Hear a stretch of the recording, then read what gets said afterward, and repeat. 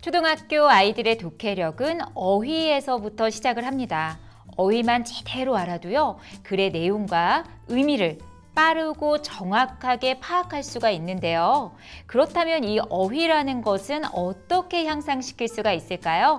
지금부터 그 방법을 알아보도록 하겠습니다. 안녕하세요. 이서연입니다. 자, 제가 짧은 글 하나를 읽어드릴 거예요. 초등학교 1, 2학년 교과서 어휘가 들어있는 글이고요. 아주 짧으니까 한번 들어보세요. 우리 동네에는 고물을 모으는 할머니가 계신다. 사람들이 내다 버린 고철이나 중고 가구뿐만 아니라 거리 곳곳에 쓰레기도 매번 주우신다. 조용히 서서 우리 동네를 지켜주는 고목 같은 할머니 덕분에 골목길이 항상 깨끗하다. 나도 앞으로 골목의 쓰레기를 보면 주워야겠다. 자, 이런 글이에요. 우리 1학년 아이들이 이 글을 처음 딱 만난다면 어떤 어려움을 느낄 수가 있을까요?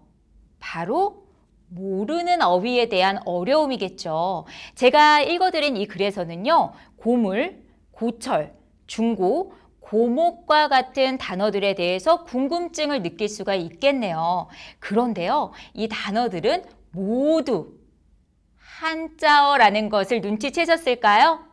맞습니다. 자, 우리가 일상생활에서 사용하는 어휘 중에서요, 상당수가 한자어고요. 국어사전에 수록된 어휘 중에서 70%가 한자어라고 합니다. 또요, 우리 학술어의 대부분이 한자어죠. 자, 이렇게 한자 교육이 사실은 국어 교육의 밑바탕이 될 수 있다라는 지점이에요. 제가 오늘 말씀드리고자 하는 거는요, 이렇게 우리말 속에 한자가 많이 숨어 있다라고 하는 팩트가 아니고요. 한자를 공부하면 좋은 점, 한자의 힘이 발휘되는 그 지점이 바로 우리 아이들이요, 글을 읽으면서 모르는 어휘에 대한 유추할 수 있는 힘이 발휘된다라는 그 지점입니다. 자, 실제로요, 언어 감각이 좋은 아이들의 공통점은요, 이 유추력이 높다라는 거예요. 그런데 유추력을 키우는 방법과요, 어휘력을 키우는 방법이 일맥상통하다라는 겁니다. 자, 제가 잠깐 책을 한번 보여드릴 텐데요. 제가 아까 읽어드린 글입니다. 자, 이 글에서 아이들이 어려워할 법한 단어, 고물, 고철, 중고, 고목의 고는 사실은 옛날, 오래되다라는 뜻을 가진 옛고입니다. 따라서요, 그 의미를 우리말에 대입을 해보면은요, 자, 고물이라고 하면 오래되어 낡은 물건, 고철은요, 오래되어 낡은 쇠, 고목은요, 오래된 나무, 그리고 중고는 이미 사용하였거나 오래된 물건이라는 뜻이 됩니다. 자, 이렇게 한자를 함께 공부하면은요, 어휘의 뜻도 명확하게 할 수 있을 뿐만 아니라 어휘의 폭도 늘릴 수가 있는 겁니다. 자, 제가 지금 보여드린 이 책, 초등국어 한자가 어휘력이다라는 책이에요. 이 책의 목적은 사실은 한자의 모양을 알고요, 한자를 열심히 써보자라는 게 아니고요. 한자의 뜻을 바르게 이해하고 그것들을 우리말 단어에 대입을 해봄으로써 어휘력을 향상시키는 데 그 목적이 있습니다. 세부 내용들을 알아보도록 할게요. 제가 아까 보여드렸던 글과 연결된 내용을 페이지를 보여드릴게요. 자, 첫 페이지입니다. 자, 여기에 한글로 고라고 되어 있어요. 그리고 아래에는 단어들이 이렇게 써져 있는데요. 사실은 우리 아이가 한글을 알고 있다라고 한다면요, 이 한글은 다 읽을 수 있을 거예요. 그런데 여기서 주의하실 부분이요, 아이들이 한글을 다 알기 때문에 이 낱말들을 소리내어 잘 읽는다고 해서 그 의미를 모두 다 알고 있다라고 착각하시면 안 된다는 거죠. 자, 그래서 우리 아이와 함께 고, 그리고 이 아래의 단어를 또 한번 읽어보세요. 고물, 고철, 고목, 중고, 아이가 이 단어들의 의미를 잘 모른다면은요, 그 옆에 있는 그림을 통해서 어떤 의미인지 한번 추측해 볼 수 있도록 할 수 있겠죠?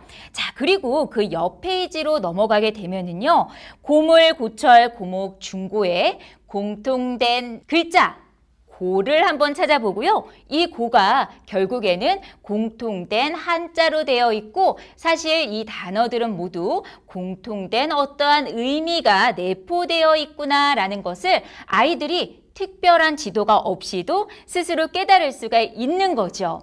자, 그런 후에 이 뒷페이지를 보시면요. 한자의 모양을 알고요. 한자의 뜻을 알고 그리고 소리를 배우게 됩니다.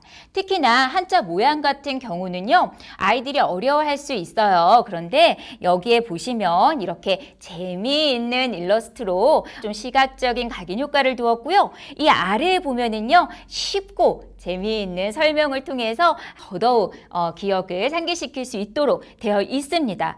자, 이러한 과정을 통한 다음에 글을 읽는다면 어떨까요? 아이가 글의 의미를 알기 때문에 더욱 신나고 재미있게 읽어 내려갈 수가 있다라는 거예요. 그리고 의미까지 정확하게 파악할 수 있으니까 너무너무 좋은 겁니다. 사실은 아이들이요, 글을 읽을 때 독서가 익숙하지 않은 아이들은 어려움을 느낄 수가 있습니다. 바로 모르는 어휘에 대한 어려움이에요. 자, 이렇게 모르는 어휘가 글을 읽으면서 하나, 둘, 셋, 넷 계속 만나게 되면 글이 무슨 내용인지 정확하게 이해가 어렵겠죠. 그러면 글을 읽는 재미가 사실 낮아질 수도 있고요. 더 나아가서는요.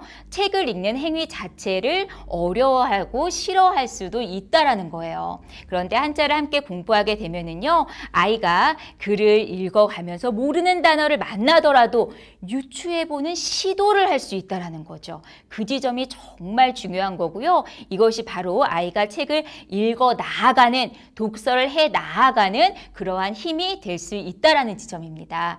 자, 오늘 소개해드렸던 초등국어 한자가 어휘력이다. 이 책과 함께요. 자, 여기 보시면 초등국어 어휘력이 독해력이다라는 책이 있어요. 자, 1권이 있고요. 1권에서도 1A, 1B 이렇게 두 권 있고요. 또 2권에서도 2A 그리고 2B 자, 이렇게 총 4권은요. 초등학교 1, 2학년 추천 교재예요. 따라서 우리 초등국어 한자가 어휘력이다로 어떤 어휘를 조금 더 단단하게 다져보고요. 그리고 초등국어 어휘력이 독해력이다로 또 독해력의 기반도 탄탄하게 쌓아본다면 너무너무 좋겠죠? 자, 이 책도 많이 궁금해 하실 것 같아요. 제가 다음 영상에서는요. 초등국어 어휘력이 독해력이다. 어떤 내용으로 되어 있고 어떻게 구성되어 있는지 세세하게 말씀드리도록 하겠습니다. 오늘 영상 여기까지 할 거고요. 저는 키출판사 이서연이었고요. 다음 영상에서 다시 만나 뵙도록 하겠습니다. 감사합니다.